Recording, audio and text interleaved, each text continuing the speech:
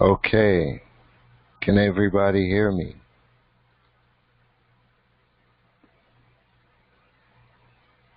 Is anybody there?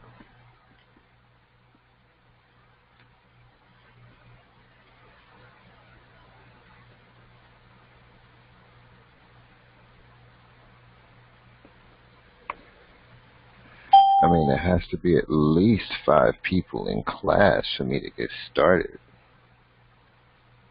Hi, this is Catherine. How you doing, Catherine? Good, thanks. Okay. You got it.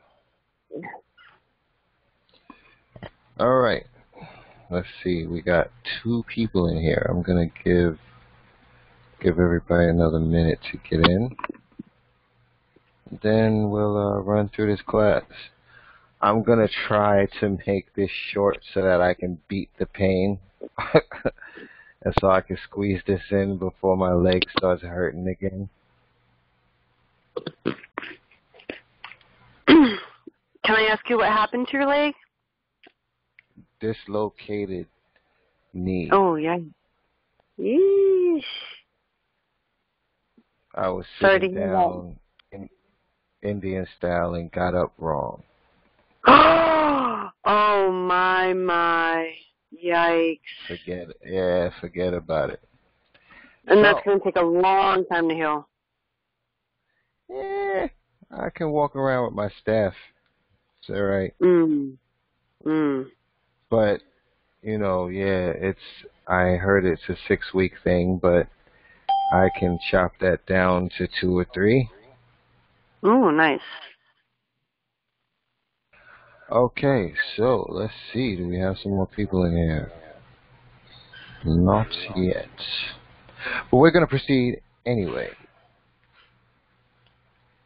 Okay, so tonight we're going to continue where we left off at with the 1611. We went over how to read it, okay? And that was to help you get familiar with the Bible, right? Tonight, we're going to get into the importance of the Bible and the power of the Bible.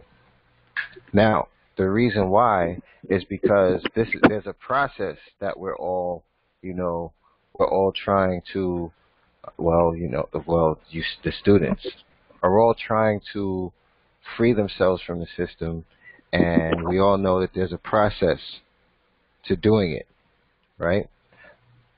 Now, mind you, I tell everybody how I did it. And how I did it was, when I learned that we weren't supposed to have anything to do with the secular world, I just piled everything up with the name on it and threw it away. Right? So me learning and initiating the process for me happened after I threw everything away. And when I started the temple, I was a bit abrasive, and I didn't realize. It's not that I didn't realize, because I can't say I didn't realize it. I didn't consider it. I didn't consider that everybody can't just do that, right? So then I started learning about, the process, and I started implementing the process, meaning I started taking care of paperwork. And this is around 2012, 2013. So tonight, we're going to go over the laws and the power of the Bible, God's law, and how it's applied in the process, and why it holds power, and why there's nothing to worry about as long as you stand. So, it's turn your mics off time, and we'll get this started.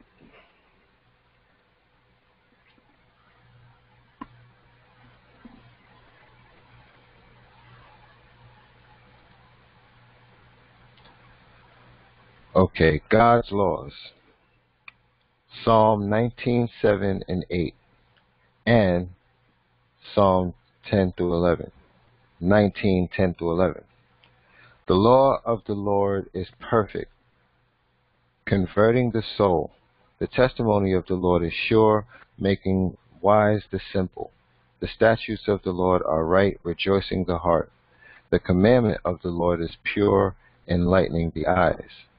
More to be desired are they than gold, yea, than much fine gold.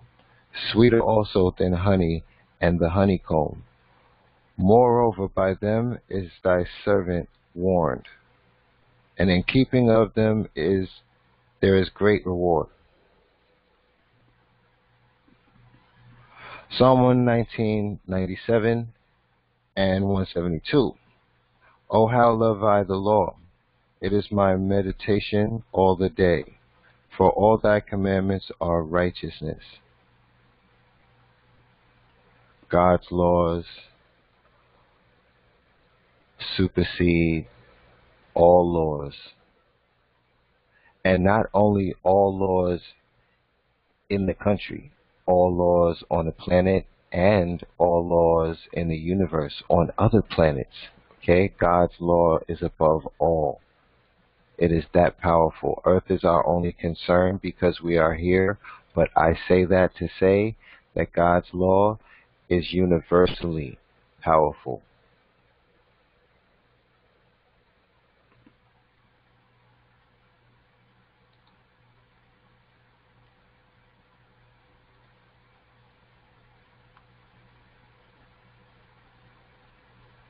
Oh, that's the wrong slide. Wrong slide. Okay. Now, when we talk about law, the first thing we think of is courts, right? And us dealing with the courts. And so here's where I'll, bring everything together. Because sometimes when we cover topics in our school, people think that, I might be going left field with it, but that's not the case. It's all connected. And so now, here we go. And I will give unto thee the keys of the kingdom of heaven, and whatsoever thou shalt bind on earth shall be bound in heaven, and whatsoever thou shalt loose on earth shall be loosed in heaven. Matthew 16:19. Bind governments and all under government to legal obligation by oath, affirmation, or judgment by the church. See bind next. Bind, 10. Law, to place under legal obligation to serve. Indenture, a trust. As to bind an apprentice.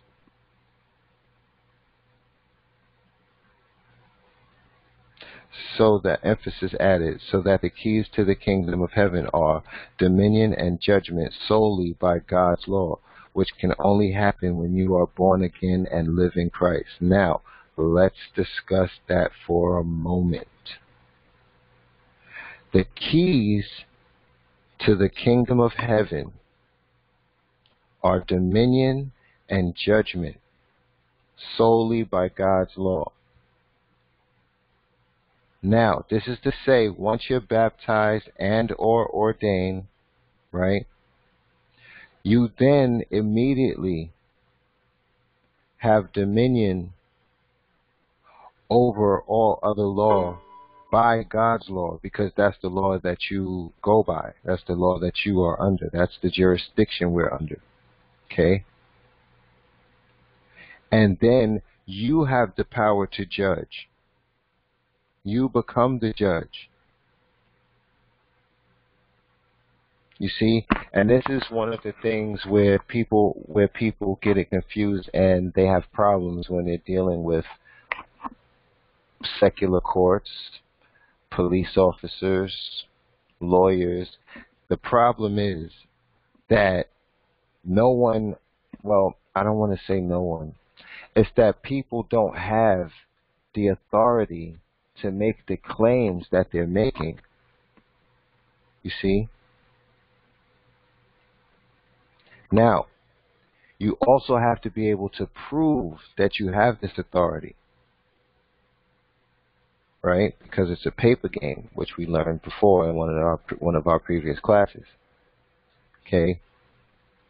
So what happens is we're going to cover maxims and we're going to cover laws in the Bible tonight to help everyone understand how we deal with these situations in the secular world using God's law. A lot of times, those that are aware of God's law mess up in one of two places.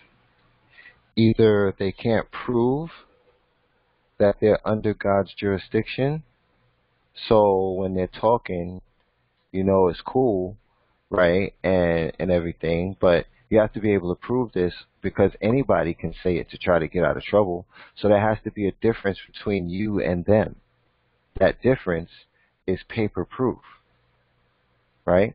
Now, the other area where a lot of people mess up at is they don't stand, which means it doesn't matter what they do. You are supposed to stand by your beliefs. You're supposed to stand by your new name. You are supposed to stand by the fact that you cannot have a driver's license, a social security card. You are not allowed to have these things. You stand by it no matter what. That's the other problem that people run into. Because, you see, evil has mastered intimidation and fear and manipulation. And so a lot of times they can take it to a point where an individual cracks, and when the individual cracks, they got you. But that's not what we're taught to do. We're taught to stand no matter what. Now, when I say stand no matter what, that sounds like too much to do. It sounds like I'm telling you too much to do, because it's actually easier than that. See, the whole thing is that God's law is reality, right? And it's universal. Secular law, they don't have laws. They only have statutes, acts, codes, right? And they don't actually have any laws, right? And what they made up is not even real. So to me, I don't even consider what they're talking about. I don't even consider what they're talking about, right? And if there were ever a conflict of interest, I would stand and have no choice. See? It's that easy. And obviously, that's something that, people have to climb towards. So, it's a goal. But I'm explaining it to you to help you understand how simple it actually is. Because if you truly believe, then their way is just not real to you. So being intimidated into cracking is to what? Like, that's almost like being intimidated into denouncing God and accepting the devil as your ruler.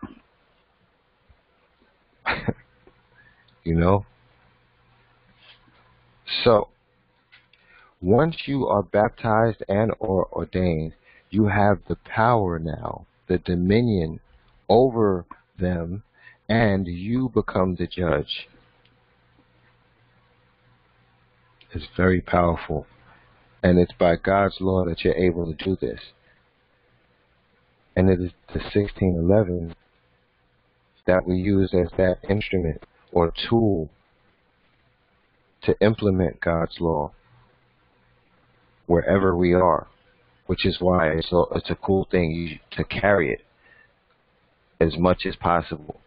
Keep it on the dashboard of your car, and as an experiment, right? Just carry a 1611 around with you one day. Wherever you go, like just keep it in your hand. You go to the store, you go to work, wherever you go, just keep it with you. Out in the open. Don't have it in a bag, in your hand, right? You'll notice that things will change. People will treat you differently. Your day will go differently than any of your other days. Try it. Try it.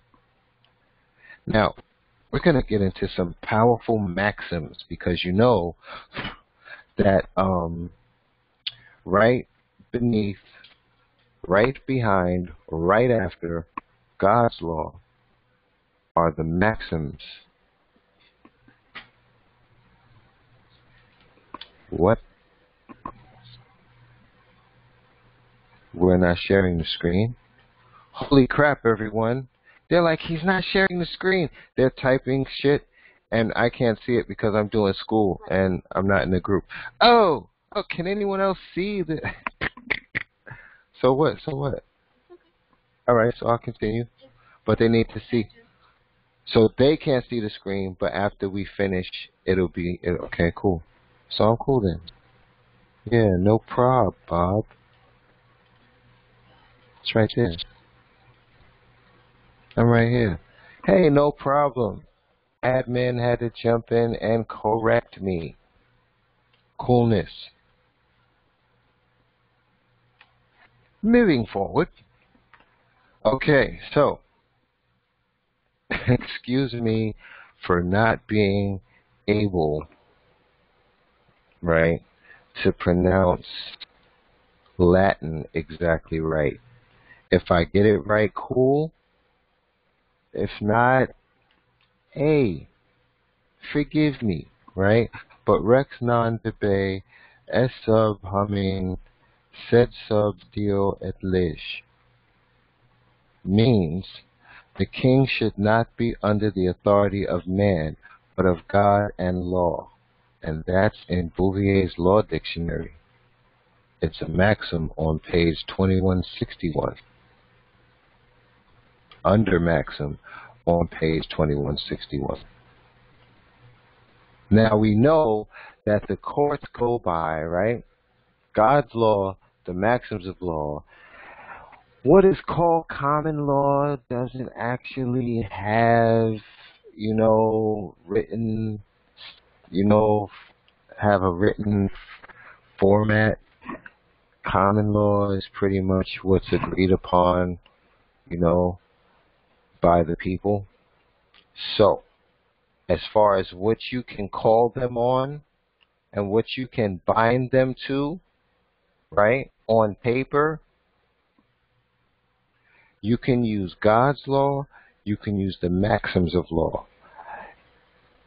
Do not, I'm going to repeat, do not use any of their statutes, codes, titles, or acts. Okay? Don't use any of those things to defend yourself. It's not going to work. It's not. It's just not. Now, I see, I see people posting stuff, and I hear things, but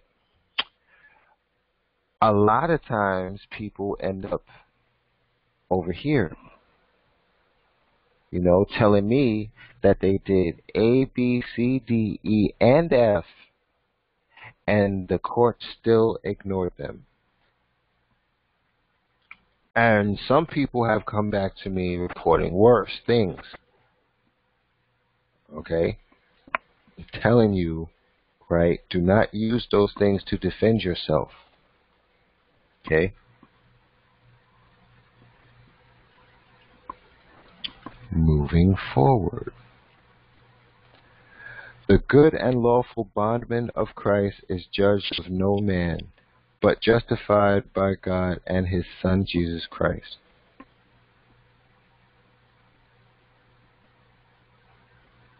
Which we just covered in the previous maxim.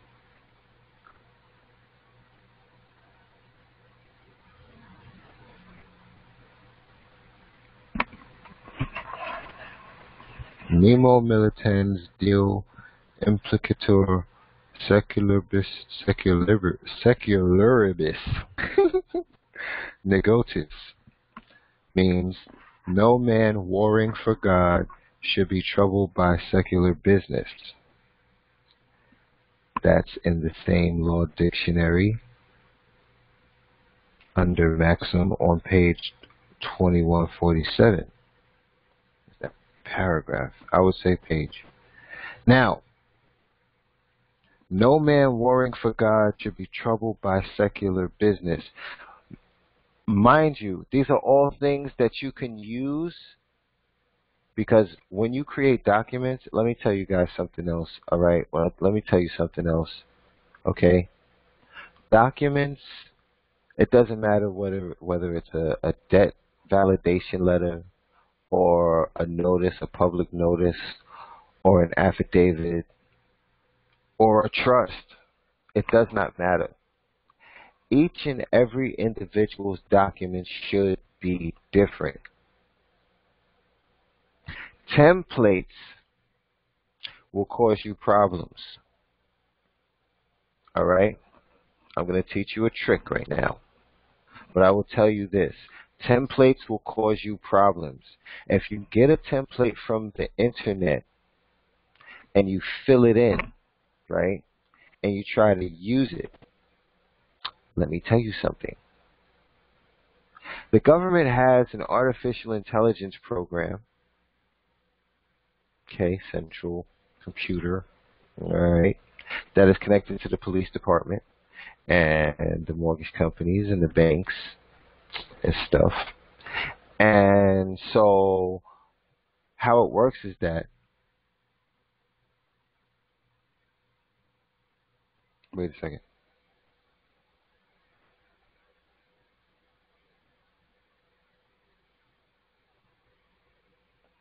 There goes the pain. Give me a second.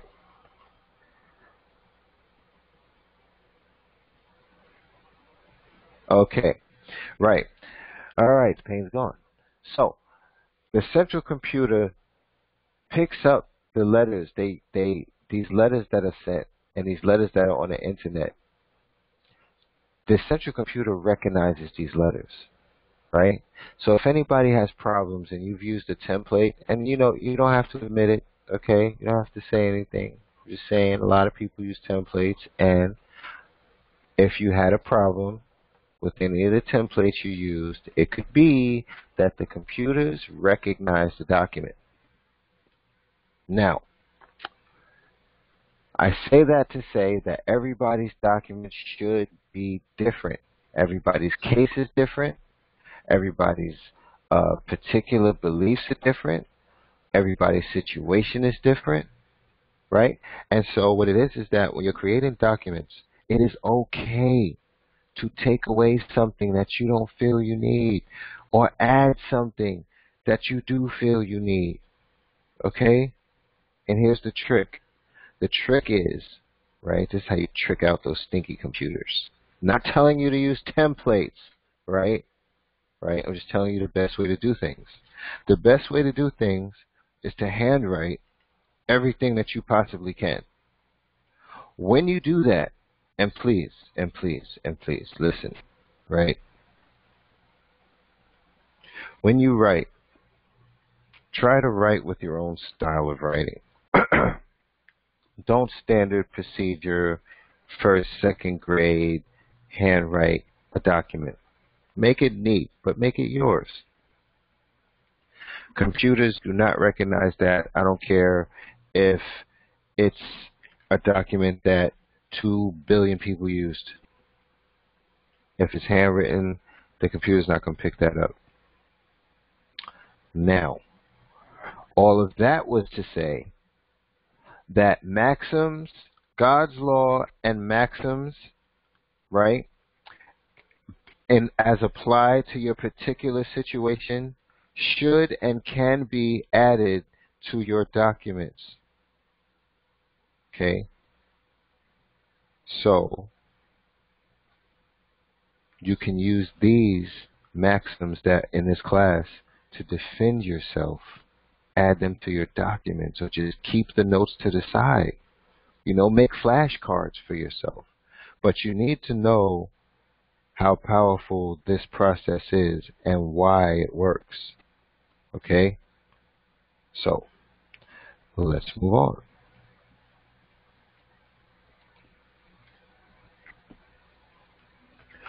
Forma legalis, forma essentialis means legal form is essential form. You must be called by your bondman appellation to stand in law. Anything other than your true character is secular, and you are not required to answer or respond in their venue. This is to say,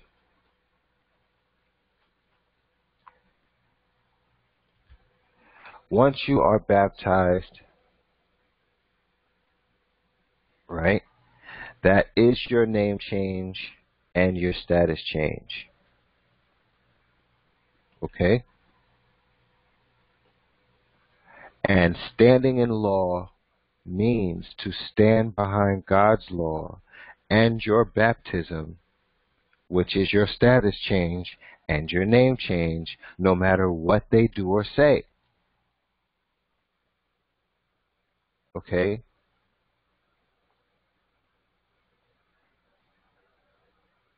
We are claiming to be fighting for God, following Christ Michael, right? Did he not stand behind his father's law no matter what they did? No matter what they did? No matter what they did or said? Right. So why is it that a lot of people there's a certain letter, that'll make you just change your whole tune and give in? Or you'll see, or you'll take a look at the badge and the gun, and it'll intimidate you and make you change your tune. I've seen it happen. I've had it happen. There have been ministers with the temple, right? That have been challenged and folded after a minute, and that was it for them after that. When you're supposed to stand no matter what. You're baptized and your new name is John Superman Doe. I don't care what they say. Your name is John Superman Doe. Or James Superwoman Doe. And that's it. You don't know anything else. And that's it. You were baptized. You received your new name from God. And it's John Superman Doe. And I don't know anything else. And stand by that. Watch what happens. See? A lot of people don't do that. Mind you, once you're baptized, you're the one with the authority. But if you let them trick you out of position, that's on you.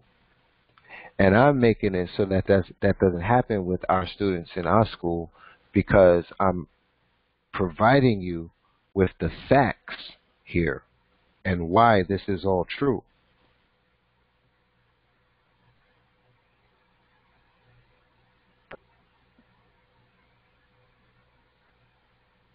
Forma non observata infutur abnullatio actus means when form is not observed, a nullity of the act is inferred.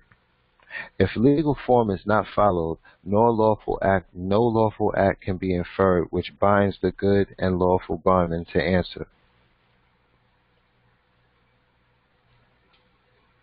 Okay, that's kind of self-explanatory. Idem mens presumitur regis quae est juris et quae est debet praesertium indubilis. Means the mind of the sovereign is presumed to be coincident with that of the law, and with that which ought to be, especially in ambiguous matters. So that's the other thing, and we just talked about that. When you claim to be a child of God, you claim to be baptized, you claim to not be a part of the secular world, and you are challenged, right? They're assuming that you know God's law. Mind you, they don't have any laws. They only have titles, acts, statutes, and codes. So the term ignorance of the law is no excuse is referring to God's law every time. Don't let them trick you. What they mean is that ignorance of God's law is no excuse. Okay? There's no way out of this. If you don't know God's law, we got you. That's what that means. So they're assuming that you're already, because if you're claiming this, they're assuming that you already have the mind. Okay? So if they're able to trip you up, that means that you're fraudulent. You're an imposter. And you may not be an imposter, but they can take you for such. Because you're just like the guy that said, you're just like the guy that just murdered 15 people and tried to get out of trouble by saying he was a minister, right? And is lying, right? He doesn't know God's law. He doesn't know the Bible, right? Right? When they challenge him, he's not going to be able to defend himself. It's not in his spirit to do so, right? But if you don't know God's law and you try to use it to defend yourself and you don't know it and you're challenged and you screw up, there's no difference between you and him. See? So that's what that means. It is presumed that you know what you're talking about because you started talking about it. And that's a maxim.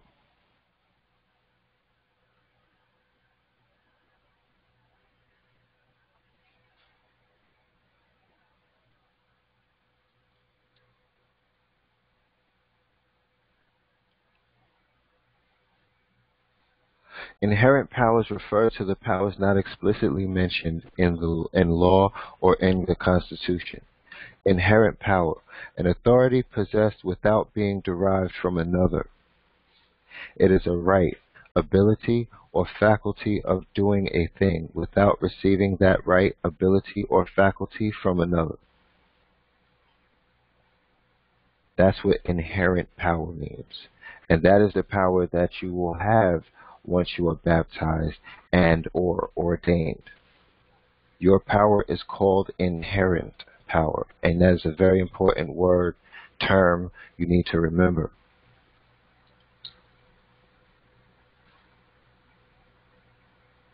Because if you learn all of these things, the world is such an amazing place, right?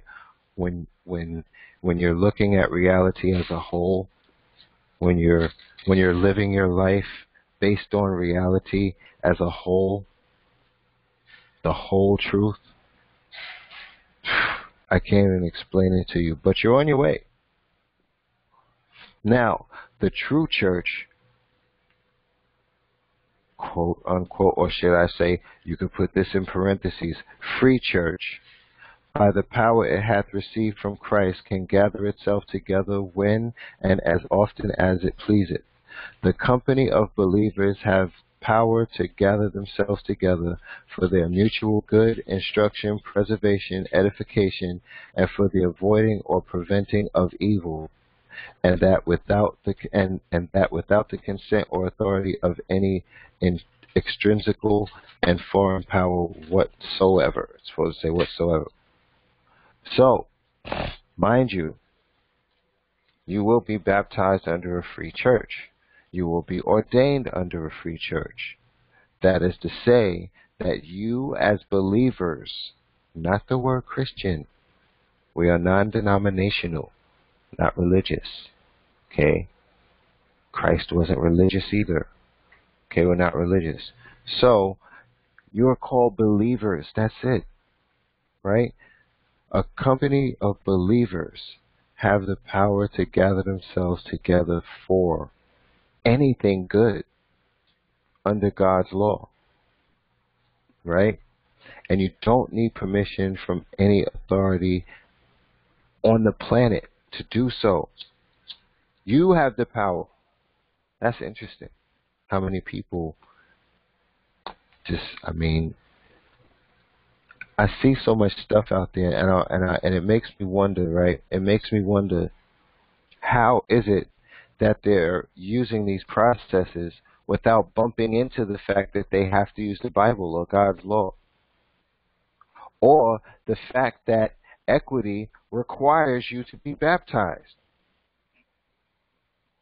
I'm wondering what these people's process is, right? I mean, I'm not saying I wonder what it is because I've seen what some people are doing, but how does that make sense?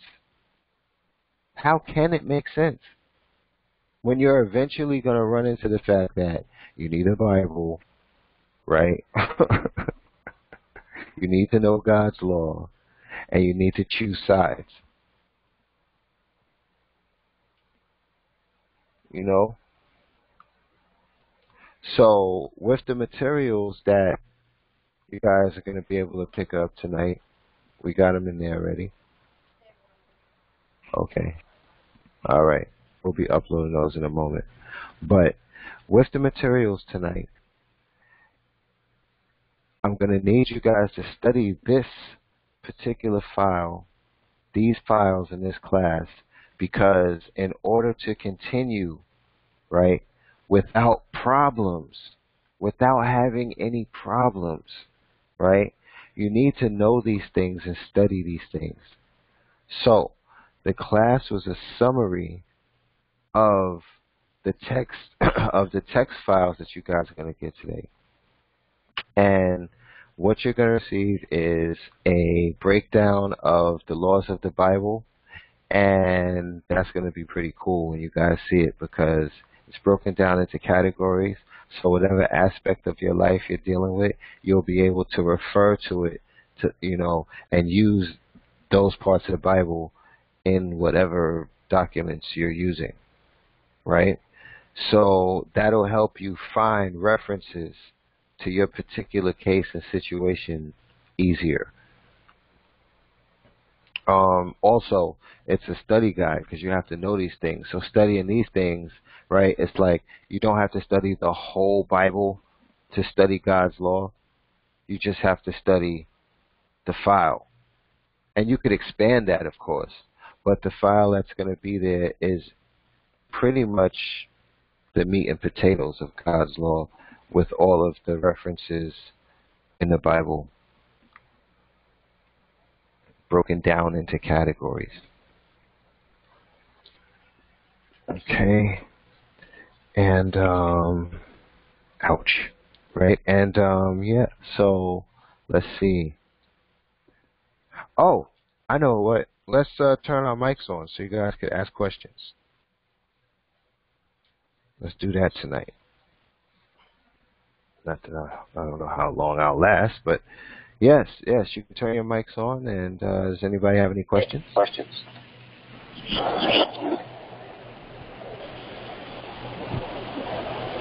Hey, Machete, it's Carrie. I have a quick question for you. Okay.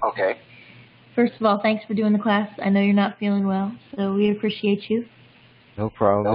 It's cool. Yeah, we'll keep you in our prayers. Hey, can you go over a little bit? Sure. The bondman appellation, I was kind of trying to look it up real quick while you were, going through it, just the definitions a little bit more. You talked about you must be called by your bondman appellation to stand in law. That means your new name. Like when you're baptized and you receive your new name, that's where the name change happens at. Okay. The name change happens with the baptism. Now let me explain the other forms of name change. Because it gets tricky, okay? Now, all that is required lawfully and legally to change your name is to just change it and to stop using the old one and to use the new one only, right? Problem with that is how can you do that and without connecting it to the old Social Security number, right? You would have to get a new Social Security number, right? In order to do anything with this new name. Now, that is a problem. Again. Because that's not getting out. See? So with the baptism, you have the name change and the status change. and the change of citizenship.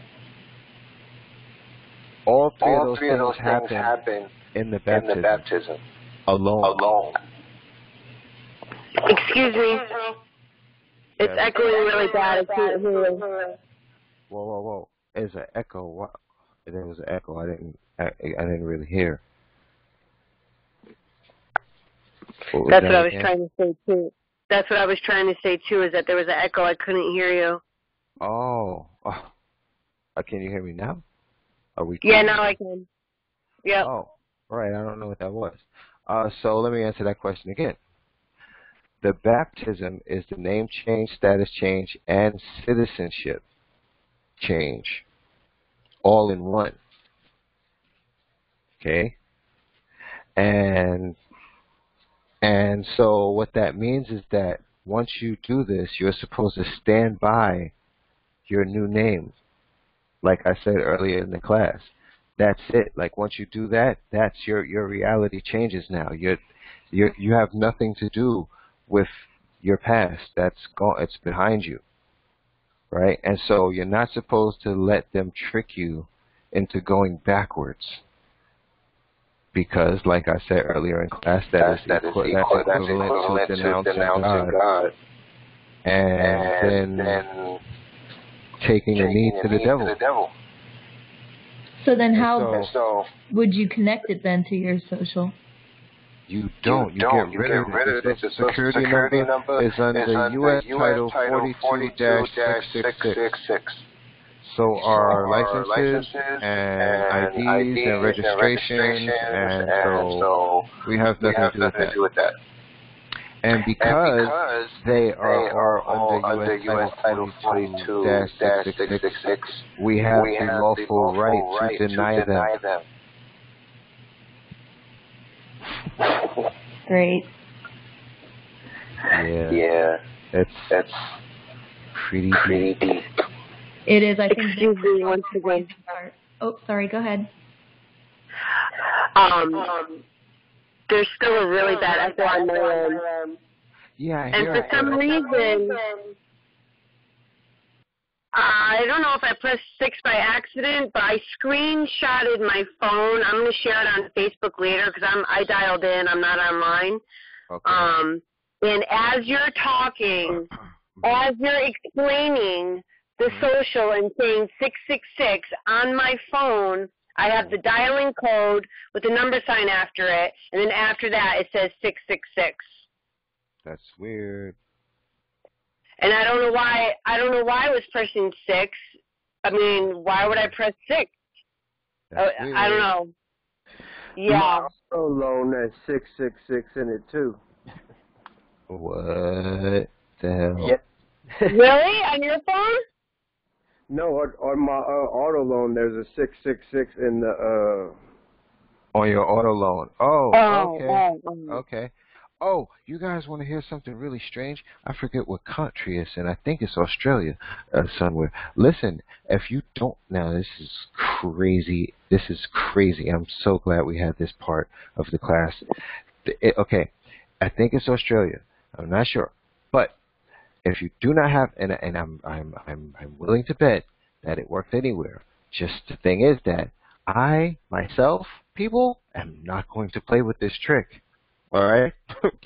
But it is said that if you do not have a Social Security number, and you need a Social Security number on a document or something, right, and you type 666 in the first 3 numbers and leave the rest of it blank, the system will fill it in for you and freaking give you one. Did you hear what I said? I said that in certain, I don't know which country it is. I think it's Australia. I have the picture on my phone. Let me take a look. I will read it to you. I was sharing the class because it's a JPEG, right? I'm going to put it in the class. It's retarded. Let me see. Okay. Excuse me. Okay. Gallery. Oh, I'm on 1%. I'm going to die.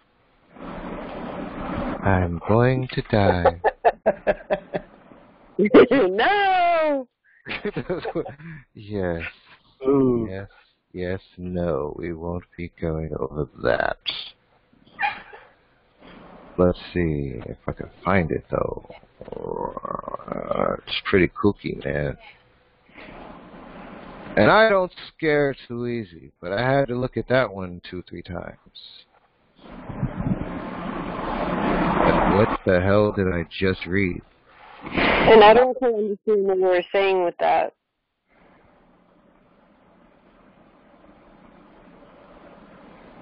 I don't see it. Strange. Oh, excuse me. That is because... Oh, here it goes. Easy. If you did... Oh, states of Micronesia, Marshall Islands. The Marshall Islands? What the hell is that? Okay, anyway.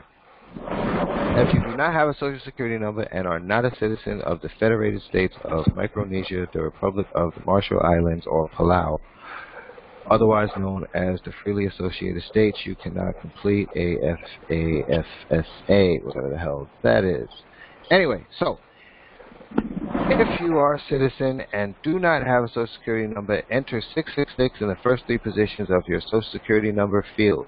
Leave the remaining 6 positions blank. Our system will assign you an SSN with the last 6 digits and display it in a message box when you reach the Sign and Submit page. To retrieve a saved application, you must provide your first name, last name, social security number, date of birth, and the save key entered when you began your initial application. If you save and exit your application prior to the receiving of the assigned 9-digit social security number, you will need to enter only 666 in the first 3 positions of social security number field when logging back in to continue. Ask me what the hell that's about.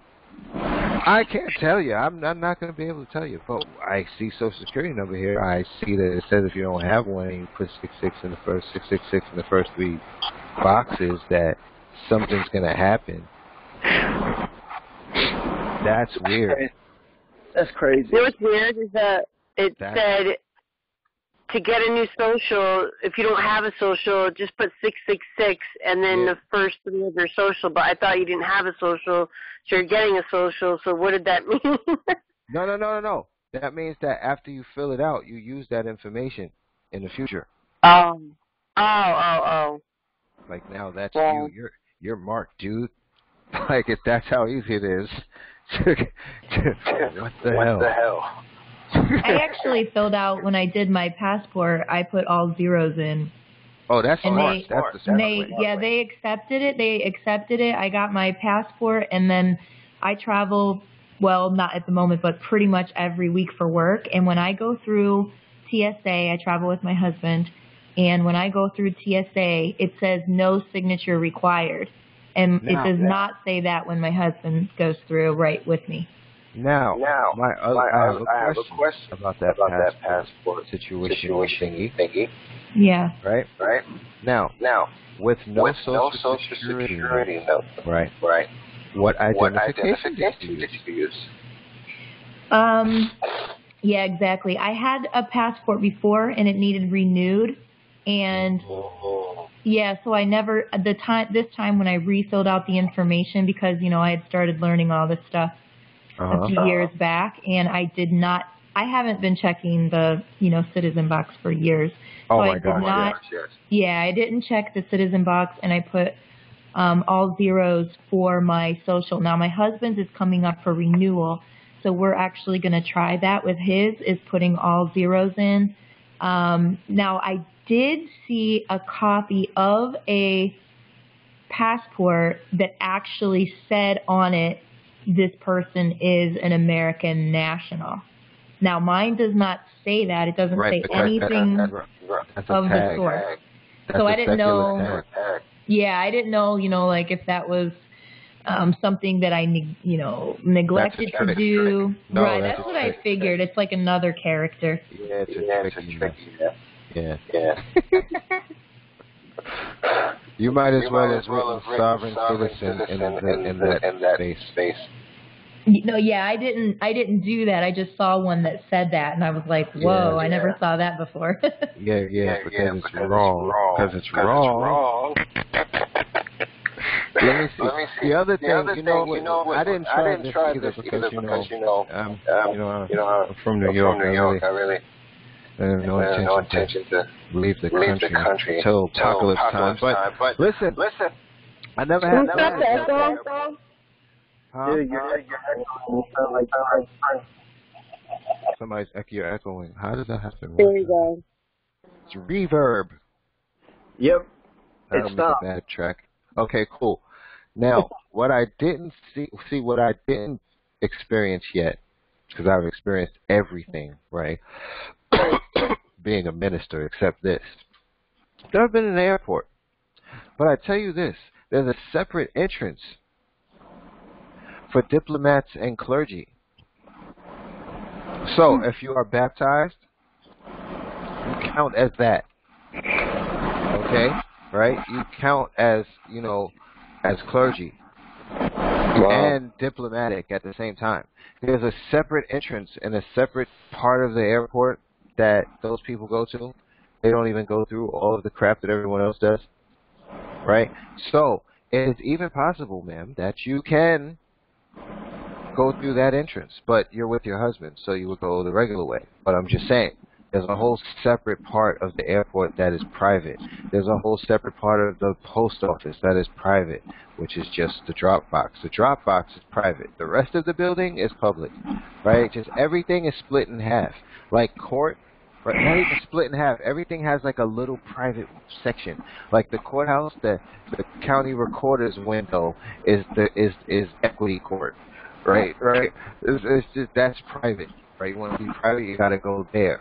You know what I mean? So it's interesting how there's private compartments to everything out there in the public. VIP. Yeah, really, But the thing is, if people don't take that position and they scared, then you're gonna be harassed and have problems your whole life. I'm trying to tell you how to get out. Right? I'm trying to tell you how to chill, how to be able to relax, man. It holds a lot of power. It definitely does. And you don't even have to use it. See, the power is inherent, right? Which is to say that this is way deeper than everyone thinks. When you get baptized, right? I mean, it really takes the weight off your shoulders and puts it all in the Bible. Well, the thing is that because it's not about the paper. Right. See, it's deeper than that. There's spiritual forces and entities involved. And once you do that, you're a beacon on a whole nother radar, man. Right. Right. And so your life changing and you're not being bothered anymore and, things being cooler for you. And that's all just because of making a decision. He rolled it in the bathroom on purpose. I saw the dog roll the ball in the bathroom on purpose. Sorry, class. I'm sorry, class. Sorry, class, but I'm offended. Dog offended me, and so what? Now, that was interesting because I've seen the ball in the bathroom before, and it seemed like he did it on purpose. I know this isn't related to the class, but so what? I'm genuine, right? I've seen the ball in the bathroom before, right? And I assumed that it was intentional, but just now I actually saw him do it like a soccer player.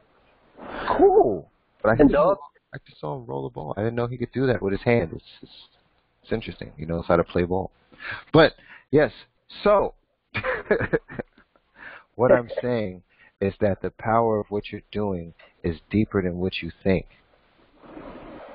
When you make that decision, it's documented and recorded places that you can't see.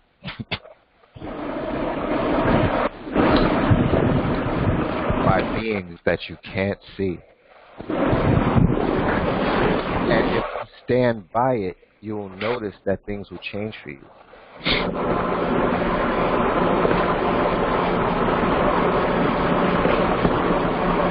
So tonight, we went over God's law because you need to study it and know it, because it's when you recite it or when you use it in your documents that power is implemented. You have to use it properly. Yes. Yes. When I say use it, I wouldn't mean any other thing than properly. Right. Because things go wrong when you play around with this. Right. Because like I said, it's deeper than we all think. So when you play with it, that's recorded too. Places that you can't see by beings that you can't see. Yes, I don't want to play around with that. But yes, so, any other questions or comments? Or criticisms? Yeah, Anybody have criticisms? Come on. Not at all, man. That was the best content. I'm just messing with y'all. But feeling better. But can you? Well, thank you. Thank you. I appreciate that. Prayer works. So thank you guys for your prayers. But is everyone seeing through the progression of the classes how you're being equipped to implement this process? It's how can I say? I'll just say it. It's not smart to try to implement a process without an education. Oh, I get it. I have a question. Yes. Earlier in the call, you were talking about the 611 to carry it with you. Was that Psalm 611? No, the 1611 King James Bible. Oh, 1611. Oh. Yeah, it's fun. Oh, I see. It's fun. Walk around with it in your hand and do the same things that you did yesterday. And watch. Yeah. You laugh because it's funny. I've done it, and because okay, look. When I was a teenager, right, me and my best friend, we'd smoke a blunt, go to the mall, and mess with people just to see, how people would react to certain things. Like we would wait till there was a crowd, and then we would stare up in the sky. Just me and him. We would just stare up in the sky, right? Just we would stare, and then the whole crowd would end up staring, right, in the sky, wondering what we're looking at, and then we would walk away, right? And notice while we were walking away that they're all still looking for the nothing that we were staring at. Things like that. Things like that. But as an adult, as a mature adult, right, and in reference to what we're doing, if you take the Bible and go outside and just have it in your hand, right, and just do things, regular things, you'll notice that your day will be different. The people that you know will change. Yeah. The next time the mailman comes and you greet him at the door with a 1611 in your hand. Don't say anything, right? Just look at his face. Right. Grocery store, put the Bible in that little top section of the shopping cart. And just look at how people, it's interesting. Everything goes differently. Down to the point of having the 1611 on your dashboard in your car changes things. The police's decision to mess with you, their decision to mess with you changes. Right. Based on whether you have that on your dashboard or not. And we've seen that too. Makes sense. We are judged instantly.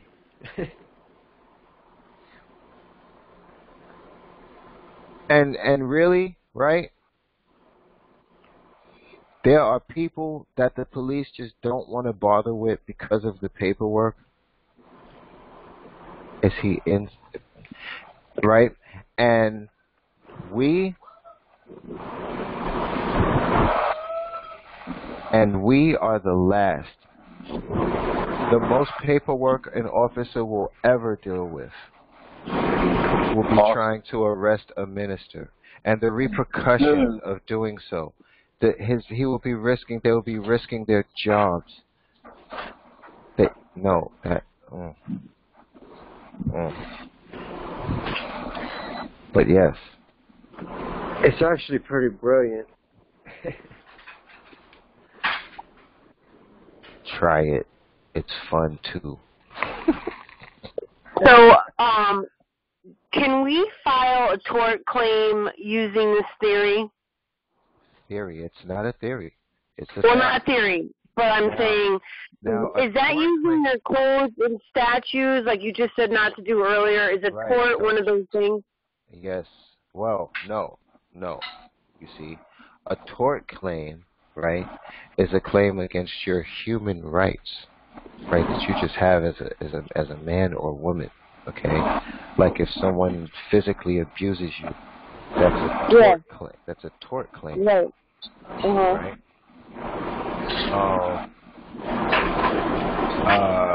So that's God's law. Like what law is that considered? Well, that's the thing, and it's good that you brought that up, because a tort claim, people don't really know when it comes to tort claims. It's a particular process when it comes to that. Tort claims, there's a tort division, right? Tort claims are supposed to be sent to the Department of Justice. They have a tort claims department. Right. Doing anything else with a tort claim just won't work. Now, that process is definitely statutory. So if you were trying to claim to be private, now look, listen. Let me say this. The kingdom of heaven is the private. Okay? All right? The kingdom of heaven is the private. If you are not there, you are not private. All right? It's just I don't care what these people say out there, right? Okay? If you're not over here, you're over there. All right? And that's and people are seeing this. They're noticing that, because what happens is when you deal with courts and the deeper you get into the process, right? You're just going to bump into the Bible. You're just going to bump into God's law. You're going to bump it, because where equity is where you get your remedy and charity at, right? Equity is where you bring your mistakes to. When someone made a mistake, the presumption of law is obviously a mistake. Equity is where you take that to, right? But in equity, right, which is the keepers of the dead, right? If you're not living, you're dead. If you're not dead, you're living. In order to be living, you have to be reborn. This is logical stuff.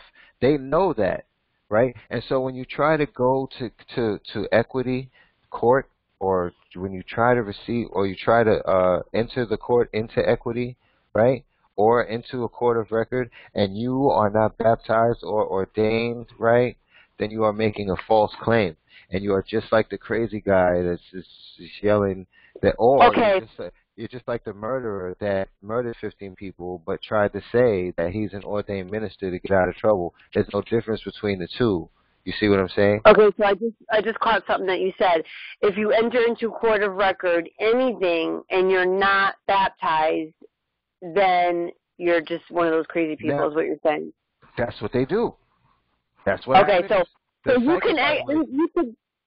it's important to make a court of record, but in that court of record have your papers that state you are an ordained minister, correct? Or baptized. You don't have to be ordained. They're baptized. That's why I always say and or. I always say baptized and or ordained, because baptized is congregation member, and the congregation members of a free church are protected under the free church just like the ministers are. So I always say baptized and or ordained. But when I say baptized, that just means that you've changed sides and that you are under God's jurisdiction now. You see, and that they have no power over you at that point, because they are evil, and evil has no authority over God, right? So, I mean, this is logical, right? But people are not thinking about the source of everything. They're thinking about what the United States taught them in public schools, right? And on TV and on the internet. But God's law was before the government and TV and the internet and books and anything, right? So and Lucifer was too, right? So good versus evil, this all existed way before papers and books and courthouses, right? So what has happened is this conflict has trickled down to earth, right? And they have made things complicated and created this system, obviously this maze which people get lost in, but the source of it all is God versus Lucifer. Here on earth it is the devil. So it is Christ Michael versus the devil here on earth, right? That's it. The public and the private is the kingdom of hell and the kingdom of heaven. You are in the land of the living or the land of the dead. That's it. There's only two sides. There's no third side. It's ridiculous.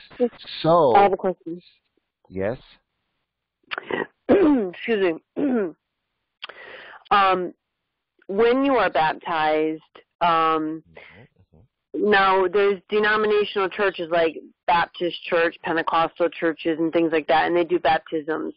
What does it mean if you get baptized in a church that calls themselves a Baptist church? Are you under God's law, or is that still statutory because it's corporate, because they're not really a church? Like, they're not a free church. They're not. It's a business that is in business to look like a church because the state cannot create churches. Right. So then you would have to get rebaptized, right? Well, in the thing. Here's the thing, right? Here's the thing. I'm a bishop of the Temple of Light and Life. In one of our previous classes, I set up a system so that you guys, all you have to do is find someone that believes God, that believes in God, that believes in Christ, right? That believes that He was here. So all you need to do is find somebody that believes and have them dip your head, your whole body, pour a bucket of water over you and say the Lord's Prayer, Our Father which art in heaven prayer, say it and fill out the letter. Right? When you fill out the letter and email me a picture of that letter, I will then send you the baptismal documents and you'll be straight.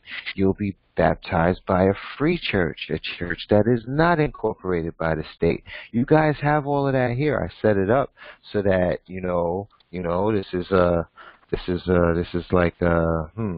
it's like a non-physical rehabilitation center or something, right? Because everything is in place for you to get out and be free. The school is just to educate you, because my mistake with the church before was that I was baptizing and ordaining people and they were going out there into the world but had no idea how to defend themselves, and I was thinking that they would just study it, but I was wrong. So I corrected that this go round by creating the school. Nice. But you were saying find a believer. It could be anybody. Yes. But what if, like my niece, for example, she's a believer, but she is not educated, and she's still in the system, and blah, blah, blah. So I couldn't have somebody like that, right? I mean, when you say believer, you mean a believer such as you or me or anybody else in your school type of believer, right? Because that's hard to find. I mean, I'm in Connecticut. Where am I going to find someone to do that? Hey. I was a believer before I got my paperwork, right? That's something that happens within. That's something that happens on a spiritual level. So even though somebody might not have got to the point of getting rid of their papers yet, or they haven't found out how to, once you've given yourself to Christ and you made that decision that you want to follow God, you're on that path, and that counts to me. That's why I can't, that's like me saying that I can't teach people that are still in the system. That doesn't make any sense. I have to help you get out of it. So obviously everybody's still in it, right? So as long as you're on the path, a believer on the path counts. My God, man. Mm-hmm. And it doesn't matter where on the ladder you are. You count. You're on your way. You're on the prodigal son path. Back home. You count. Okay, and so Yes. I do have a friend who's a sound healer. I would be much more comfortable probably her doing my baptism Okay, cool. than me. You guys could baptize each other, you know. That's what we did when Joey came over here. I was so mad that I couldn't stand up and walk around, but we all baptized each other, and we handled the paperwork. You know, we signed each other's documents. I sealed everybody's stuff, and yeah. So Where are you you located? know, it was kind of like a paper party. Yeah, that's awesome. You guys are like North Carolina or something? Mhm. Okay. Mhm. But yes, you and another believer. Now the thing is, right? Let me not tell you this so that you know, and you have it incomplete. You're also going to need a witness. Okay. So it would be the individual that baptized you will be autographing this document because it's private. So signatures are public, autographs are private. But you will need the individual baptizing you and the witness to autograph the document. Okay, so wait, signature is, you said public? And Yes. autograph is private? Oh yeah, Google that and have fun. Autograph is private. And you said you're going to need what? You're going to need which one? Well, now here's the thing. You only need the individual you need the individual that baptized you and a witness for the letter of baptism. Yes, you're going to need those two. So you need two individuals. Now, you could get a witness anywhere, you know. And I have another question. Yes. Should our signature in our autograph, like my entire life, because I didn't know there was a difference, I have a way I write my name. Now that I know that there's a difference, should I have, my autograph should definitely not be my signature, correct? So on this baptismal document, it should be I should see an autograph that's like, no, that's like after. your first name. That's after, right? Because this letter of baptism, because it was in one of our previous classes. Right, this whole. I'm sorry, I missed that. Yeah, so you could look it up in the school on the school platform, but that letter is coming to me, and I'm not going to give you crap about. You know, I just need to know that you did it, and as long as you did it, then I know that I can proceed and provide you with the documents and stuff. Now, here's the thing: your documentation, everything after. Now, see, this is a very serious decision you're making, right? It's a very serious decision you're making. So after this is done, right, that's when all of your future documents will have your autograph, because when you mix the public and the private, that is the eating of the apple, and they will drag you off.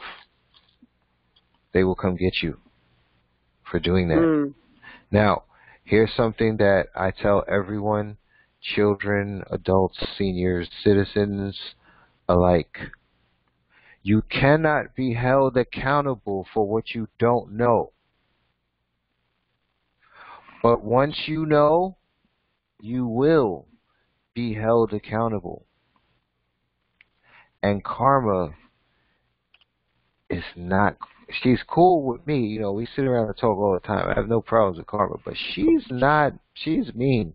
And, you know, and, and, you know, once you know, you're held accountable, and God sends karma for you.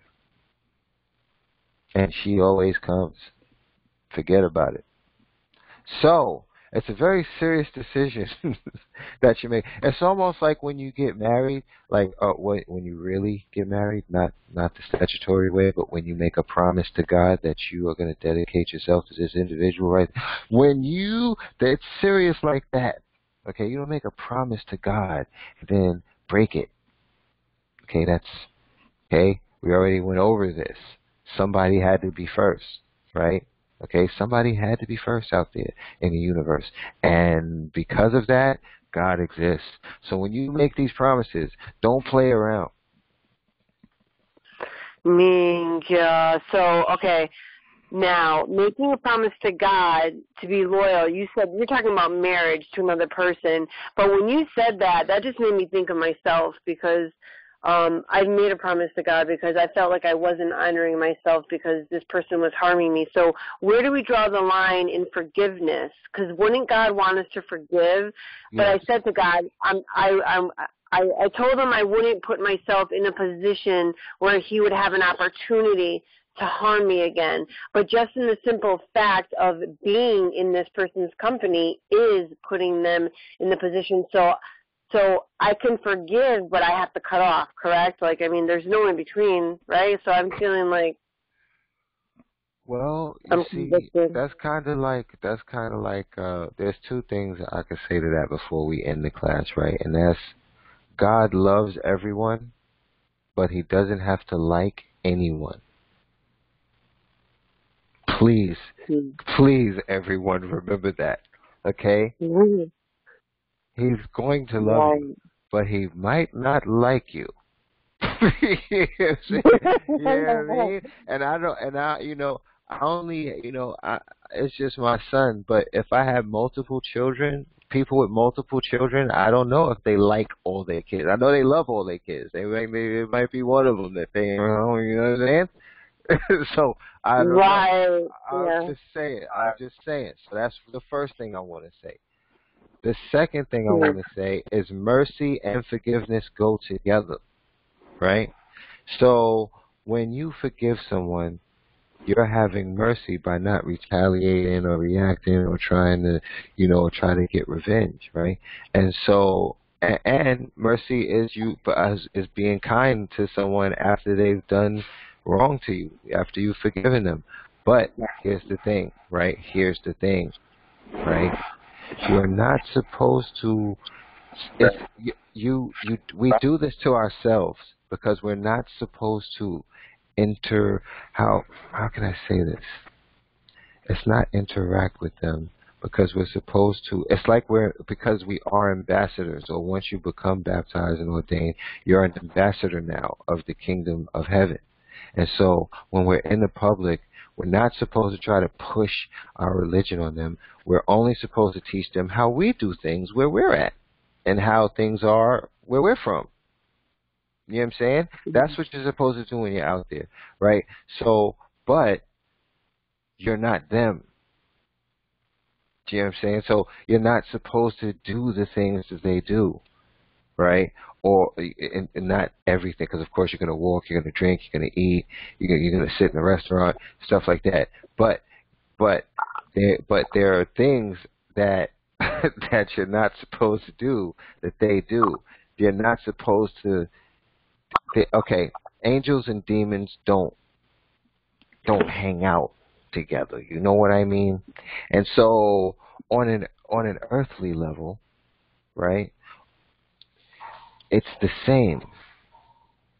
It's just that people don't pay attention to this, and so they have problems in their lives. And hey, like, and it sounds mean, but listen, I'm not gonna, my brother, I'm not gonna do that to you. I'm not gonna lower the will. I'm not gonna do that to you. I'm gonna be real with you. And hey, look, if you do that, that's on you. Everybody's.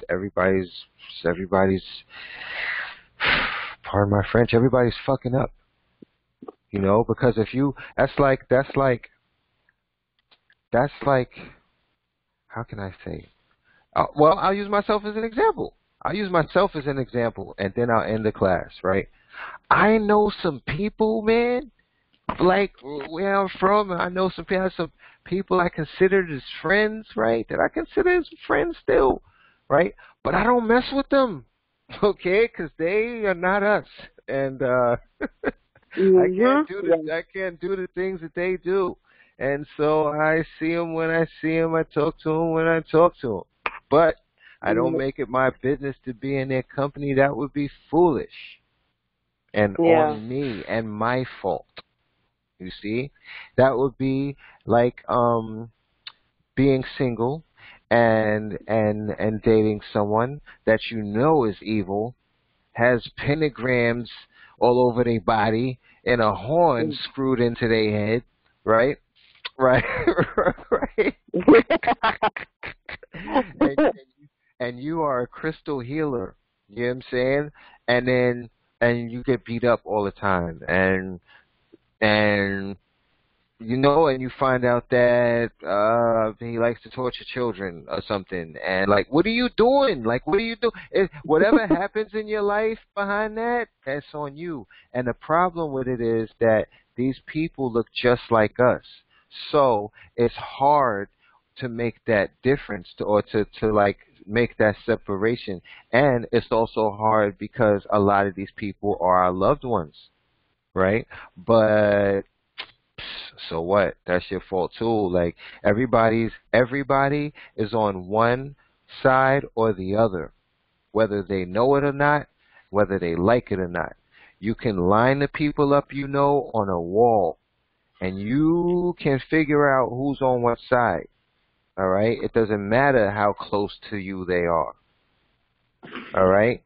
It's two sides, and everybody's on one of the two sides. Ignore that at your own peril, son.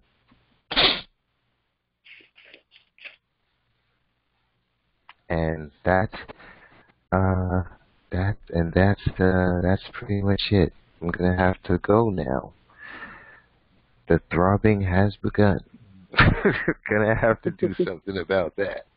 But yes, I hope that helped and answered your questions and stuff. And it was a great class again. And I'll talk to you guys Thursday. Thank you. Thank you, man.